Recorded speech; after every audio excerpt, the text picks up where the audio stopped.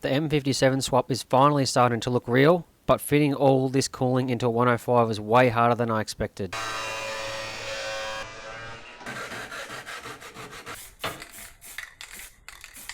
Angle iron, cradle it underneath. To make this survive towing and summer heat, I had to somehow fit a massive intercooler and transmission cooler behind the factory grille.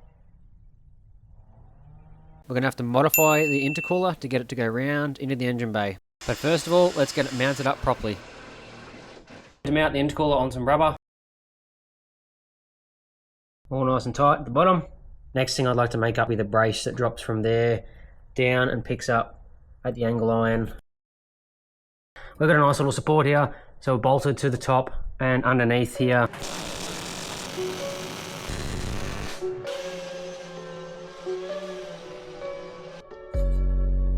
Turned out pretty good.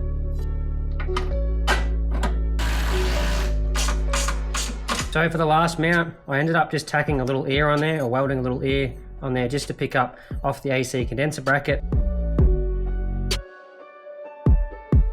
So the intercooler is all mounted up. We do have to brace under here. I want to add some braces in there. We've added a tag on top for the grill. So you can see there, got it all lined up, but we've got a nice little tag there to bolt that one to. So I decided we're just going to use this cooler. I mean, it is absolutely massive, but I can actually fit it up here. A couple of fancy little brackets. There's our little mounts made. We've just got those rubbers, same as the intercooler. Tacked the nuts on the back to make it easy removal. Not too shabby. So I bent this piece of rod up and welded it, finished, sanded it. So it's going to go down in here, pick up off this top mount we've bolted on, and it's going to pick up onto the bottom of the intercooler support. All finished up and painted. Let's get it fitted back up. Jump ahead a little bit, but we've got this front rod in. Now it doesn't hit anything, it's pretty close. It's going to pick up the rest of the trans mount. This was really starting to look good, but we still had a big issue of the intercooler inlet and outlets not lining up. I couldn't sort this out, however, until the intercooler pipe kit turned up, so it's on to plumbing the radiator. So I just zinged off the clamp that was on here with the grinder slightly and pulled that part off, and we've got a nice little cup here. So I picked up a bunch of these random hoses, just going off of a couple measurements I made, and went in and just roughly measured these things. Well, there's only one way to find out. There is our first hose on. It's a little tight. I'm gonna call that pretty good. So there's the part number for that bottom hose that we cut off, and we cut this section off. Right, next up is our top hose. What I am using is a combination of hoses, that one there, and I went out and picked this one up just before that part number there on gates.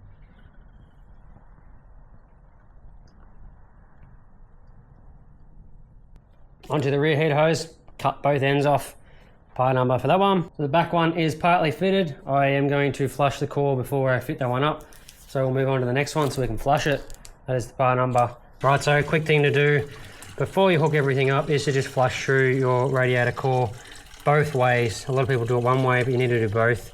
It won't hurt it or anything. So our heater hoses are in. They're a little tight. I have cable tied them out of the way a little bit. I am going to do some tightening up of brackets and things like that in the back there. The last thing to do is to put on with a brass T onto here. With the cooling system only needing clamps, let's move on to the next biggest task, which is the intercooler.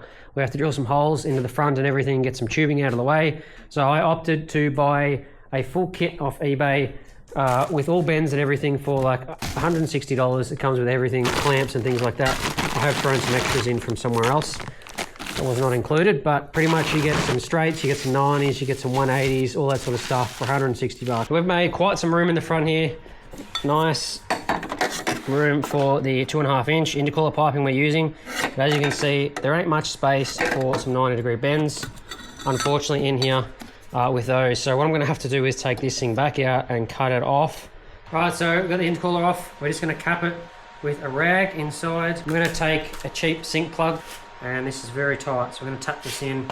This will be quite hard to remove later. So with that tapped in tightly in place, can't really move. We're going to use a little bit of blue tack just to finish it up because this is easily removable and it's cheap. So we're going to pack that around the edge just to catch any last bit of swarf. We've got a brand new blade here that I've scraped and acetoned all the paint off so we don't contaminate our cutting surface. And I've got a brand new set of files that are only for aluminium now because I ran into that issue.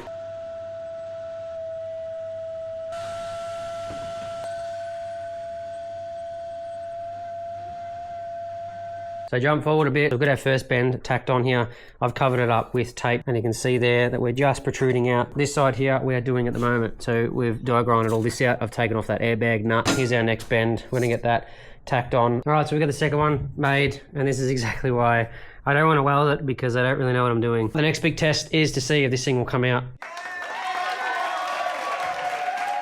There's the first side finished. I was quite limited with bends and space in between here, and I wanted to keep enough for aircon lines. So we've got this side mostly hooked up as well. Let's move that out of the way. It comes across very close to the battery there. Check out these beautiful welds. He did a very good job. I definitely could not have achieved that. So looking really good there, and it fits up quite well. So we've got the whole front end pulled apart, headlights out and everything. Weld through primer in here and on that side as well. And I've made up these patch templates, something just like that. So I've got these little things made up for both sides, and it goes in just like that. Those welded in. Let's clean them up and throw down some primer.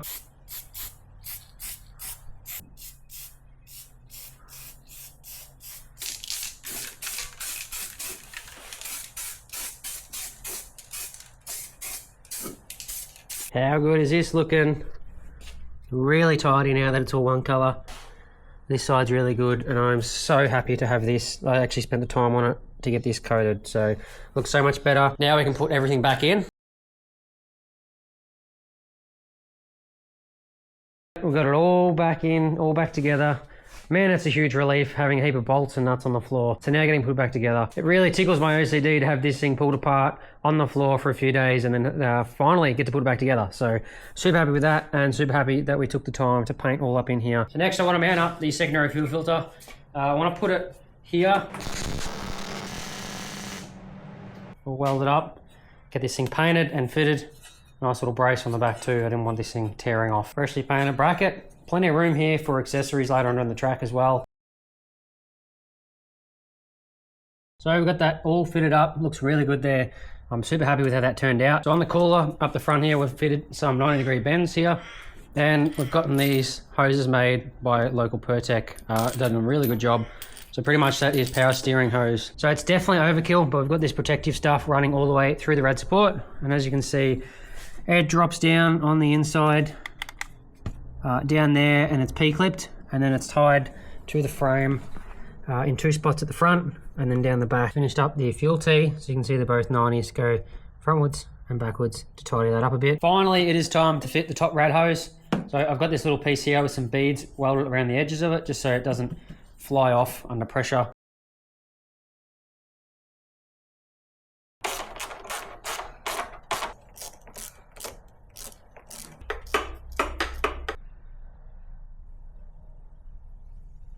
This is the tool I've been using to bead roll my intercooler piping, and it's from eBay, 50 bucks. It's turned out pretty good. Adds a nice little curve in there. Absolutely stoked with how this has turned out. So I'm just mocking up this intercooler pipe going around. I did have it mocked up, but I wasn't happy with it because there's too many joins and stuff going on. So pretty much I've extended the bend that we had because we were limited with the kit I bought. So I've extended that. I'm going to get that TIG welded on. And then I have cut off boost sensor Boss adapter, and that is taped on down here. And then we're going to get another 90 here because it's just not long enough. I want to be able to have enough room here for the engine to flex. Now it's time to plumb the air inlet. So it is not looking good in here for space, for one. Very, very tight. Again, apologies, jump ahead about 2 hours here. So I've gone from a 3-inch Raceworks 3-inch down to a 2.5-inch silicon 90. So I've had to cut that 90 back to get it to clear over the engine. So we've got 2.5-inch down around because they're the bends I had, and then they drop down into roughly a 2-inch tube to a 2-inch Raceworks 45-degree fitting, but that just allows it to clear the aircon compressor and most other things like the exhaust log there. So while we wait on sending them off to get them welded, I picked up really cheap another kit here. This was with the fuel filter kit. This is a ProVent 200 for a 200 series LandCruiser. Comes with these horrible spring clamps. I mean, Who wants to use them? But anyway, save money here, eh? So we've got that one put on there. Looks quite ugly being orange, but I don't really care at this time because we're just gonna make something work. Just like that. So there is our tidy little plate. Now it does sit on the angle a little bit. Sort of kicks it out. I'm not too proud of the washers, but again, I'm not keeping this. So we do have that top hose routed up into the top fitting, and the bottom one is routed down along, ready for that tube that's going to get installed. So I don't mean to be darting all over the place, but while we're waiting on those to get welded up, we still have some things to do up the front here. I want to finish up by installing these horns somewhere because I don't want to just forget about them. The last thing I want to do in this video is mount up the throttle pedal inside. Now it is not going to be permanent. So as I mentioned before, this is only for the current trip and testing purposes. I will be adapting something from a factory pedal. These look amazing. Be on in the next video. Righto, so with that, I'm going to wrap this video up. It is quite long and we got so much done in this video. So in the next one, definitely stay tuned because we're going to get this thing running, turning over and running and driving down the road. So it's going to be super fun to do that. If you've enjoyed this build series, definitely give it a like and leave a comment below. I'll catch you in the next one.